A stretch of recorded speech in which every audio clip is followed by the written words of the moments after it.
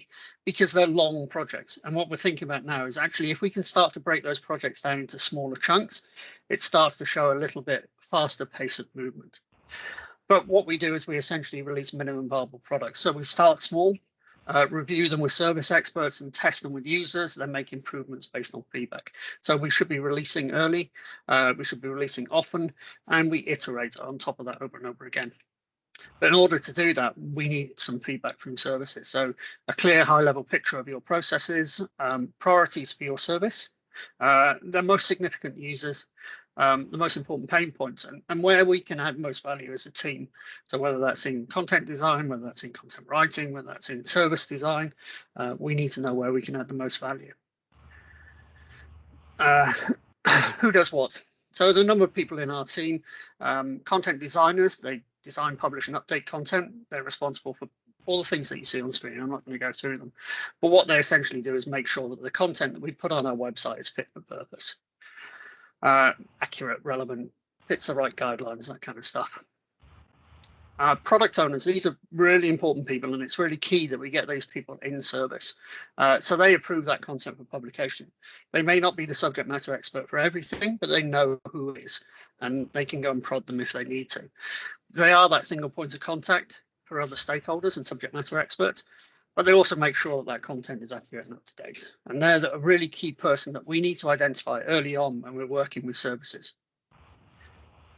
I'm not going to go through this with you. A number will have seen this before. This is our kind of key process that we go through, which takes you all the way from that initial kickoff meeting where we meet and agree who's doing what.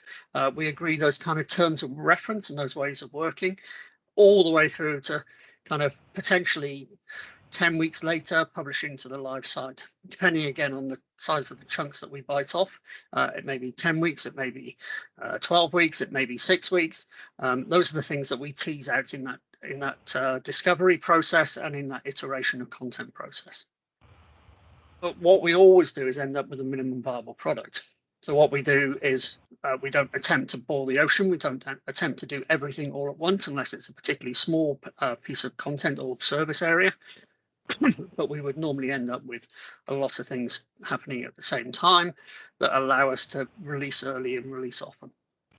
So what are we doing at the moment? So lots of discovery work going on at the moment. We've been lucky enough to take some new people into the team in this last sprint.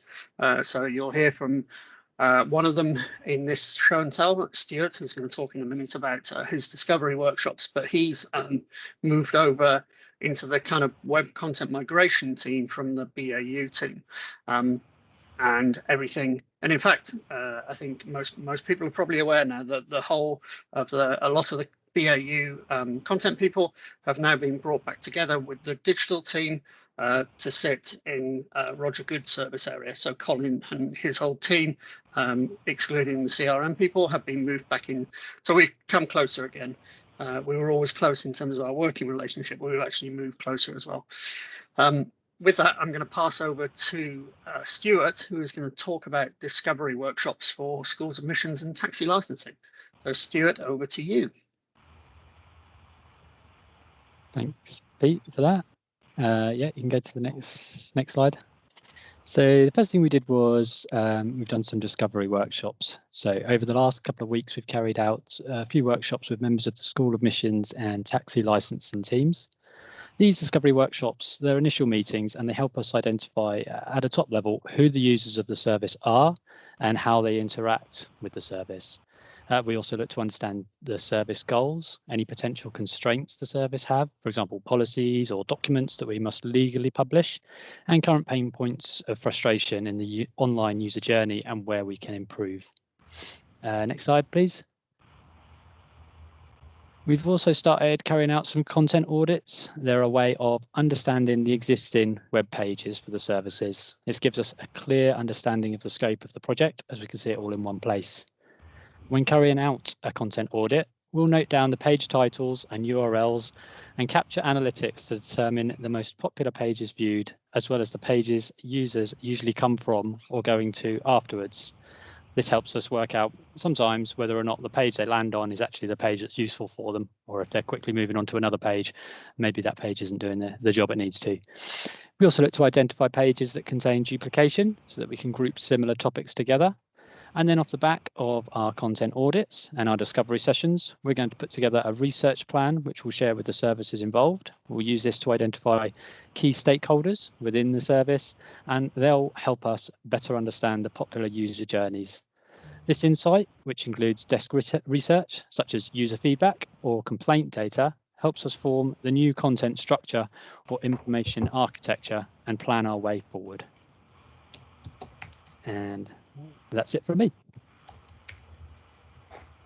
Thank you very much, Stuart, and welcome to the team, to the broader team. Now we're going to pass over to Caroline, who's going to take us through and talk about some of the planning and building user testing that has been going on.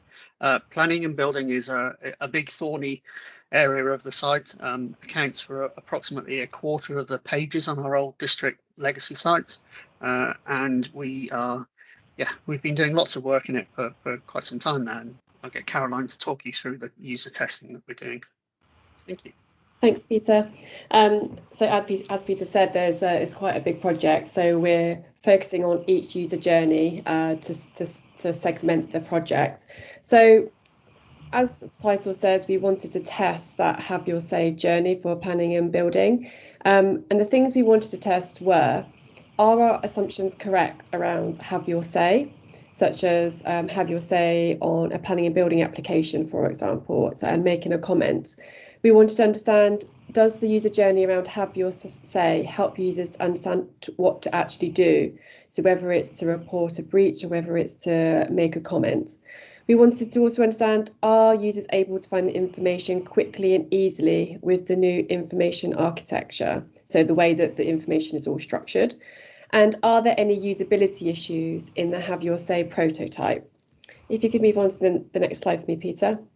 So this is an example of the prototype that we created for the Have Your Say journey. So after clicking from the home page and clicking on planning and building, they come to this page on the left, which is the planning and building index page. And those three boxes at the top, which we call tiles, that middle box is something that we wanted to test. So that was the Have Your Say link, which then led on to the next page you can see on the right, which is all the content around and guidance around having a say on something. This isn't the full page. We couldn't fit the whole page on this slide deck. There is much further information, but the way that the information is structured is the different stages of development, which is before, during, and after, and what users can do in terms of having a say at each stage in that development process. So that's what we wanted to test. If we could move to the next slide, please, Peter. So I wanted to explain the approach that we took to testing. So as you can see, we created a prototype of the new Have Your Say journey. That was the first step. Second one was we wanted to test with 6 local residents, 3 who were familiar with with planning and 3 who weren't. And we wanted to test to see if people were doing very similar things in terms of how they find things or how they thought about things, such as labels or even about the process of having a say. You can see on the right hand side, it's an example of one of the sessions that we held. So it was a remote session with a user on the right hand side with myself moderating the session with them and asking questions.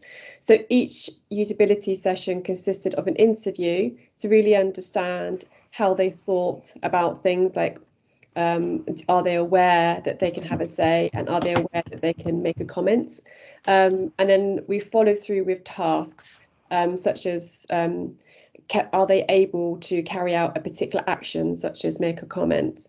All sessions were remote and all of them were recorded, and they were 45 minutes long. If we can move on to the next slide, please. In terms of the findings, it's still a work in progress, but I wanted to share just a few high-level findings. So we discovered that there are two distinct user groups with different user needs.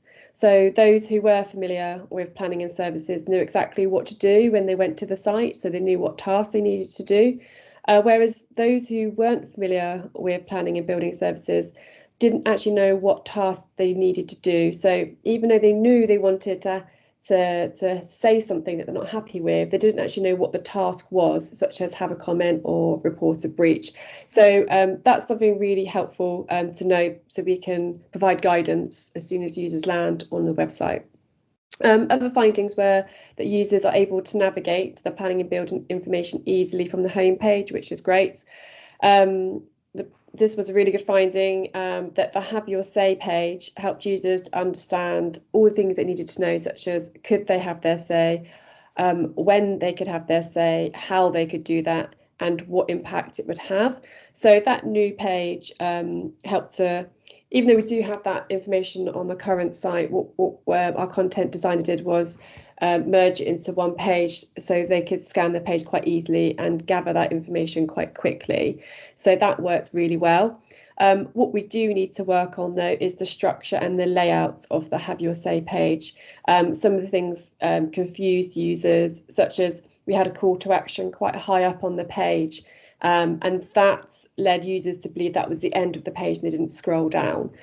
So we do need to work on a few things, but the good thing about this test is that we learned that the approach we're taking by having the Have Your Say journey is working with users, and they find it particularly helpful. If you can move on to the next slide, please. In terms of next steps, we're going through and completing the user testing analysis and then writing up the findings and recommendations. We will be sharing the recommendations in a collaborative workshop with the planning and building service team. We work quite openly. We want to share things quite quickly so we all can move in the right direction that we want to move in as a team. And we also will then iterate the prototype and test again with users. There will be obviously other projects to work alongside, so hopefully we'll be adding other user journeys to this prototype as we move forward. Okay, that's it for this project. I'll be talking about another project on my colleague's behalf. So Peter, if you could move to the next slide for me. I just had a quick question, actually, Caroline. Sure. When we go back and test again with users, will we be testing with the same users, or will we be testing with different users? Always with different users, because Yeah. once we've tested with users, they're primed, so they know exactly what to do and where to go for the information that they need. So we try to avoid as best we can with the same users. Makes sense. Thank you very much. Right. Okay, so my colleague has been doing testing on the revenue and benefits. So if we can move on to the next slide.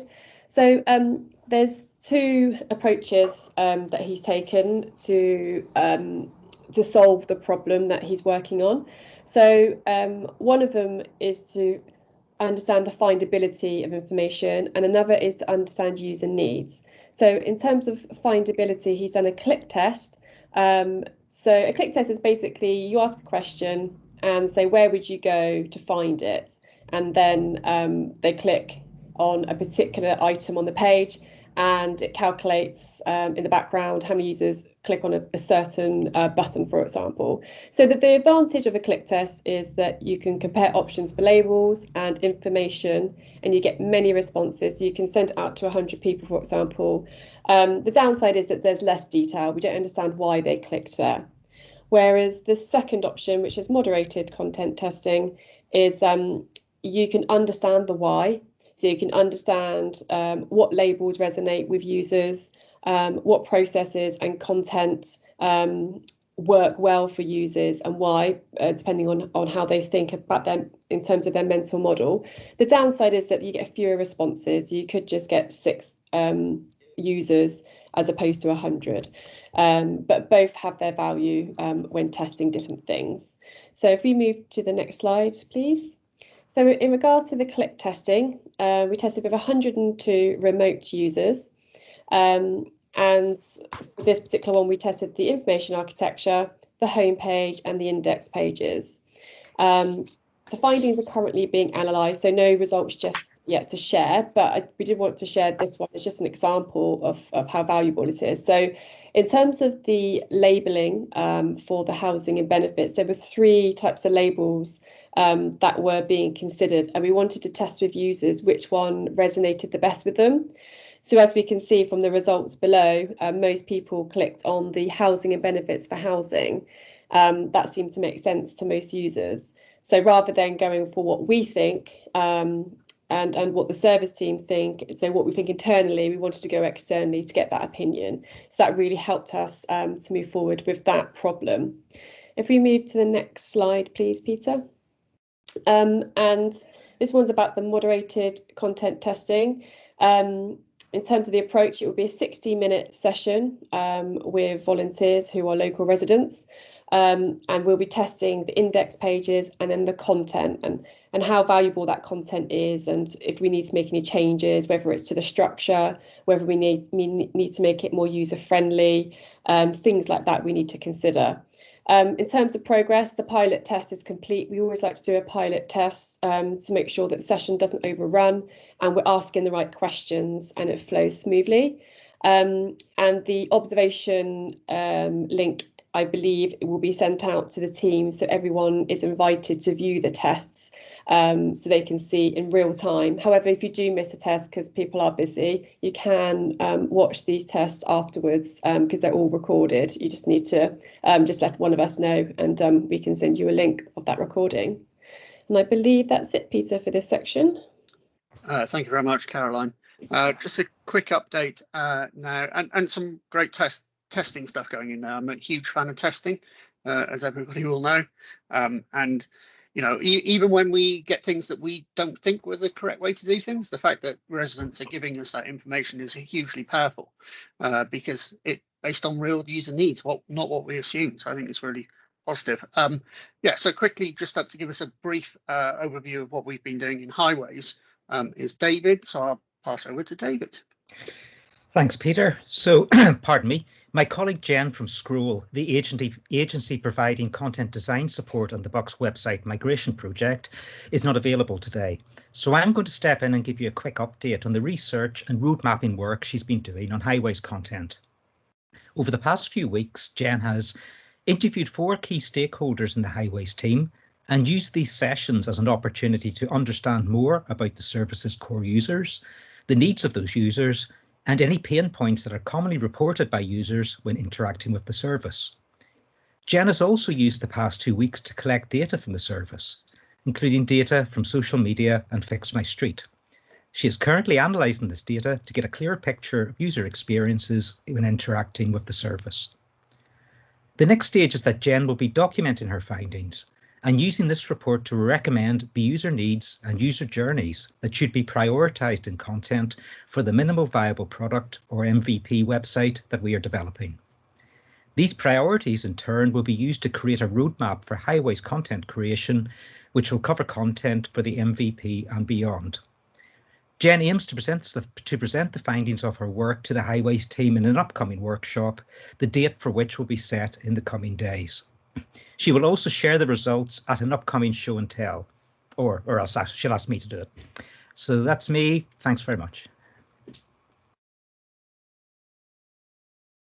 Thank you very much, David. So that's us at the end of the show and tell for today. As I've mentioned, lots of discussions around testing. You can obviously see how important testing is for us. If anybody has any questions, either drop them in the chat or pipe up now. More than happy to take questions.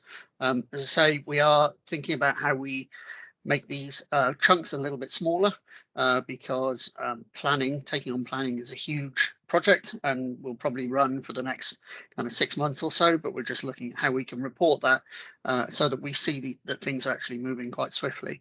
Yeah, that's it from us. Any questions or anybody wants to pipe up, then please do so now. Otherwise, we will see you all in 2 weeks' time.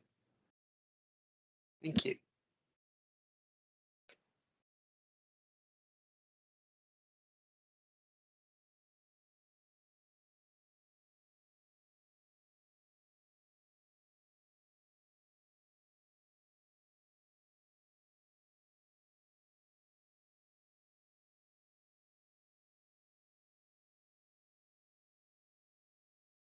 Thanks, everybody.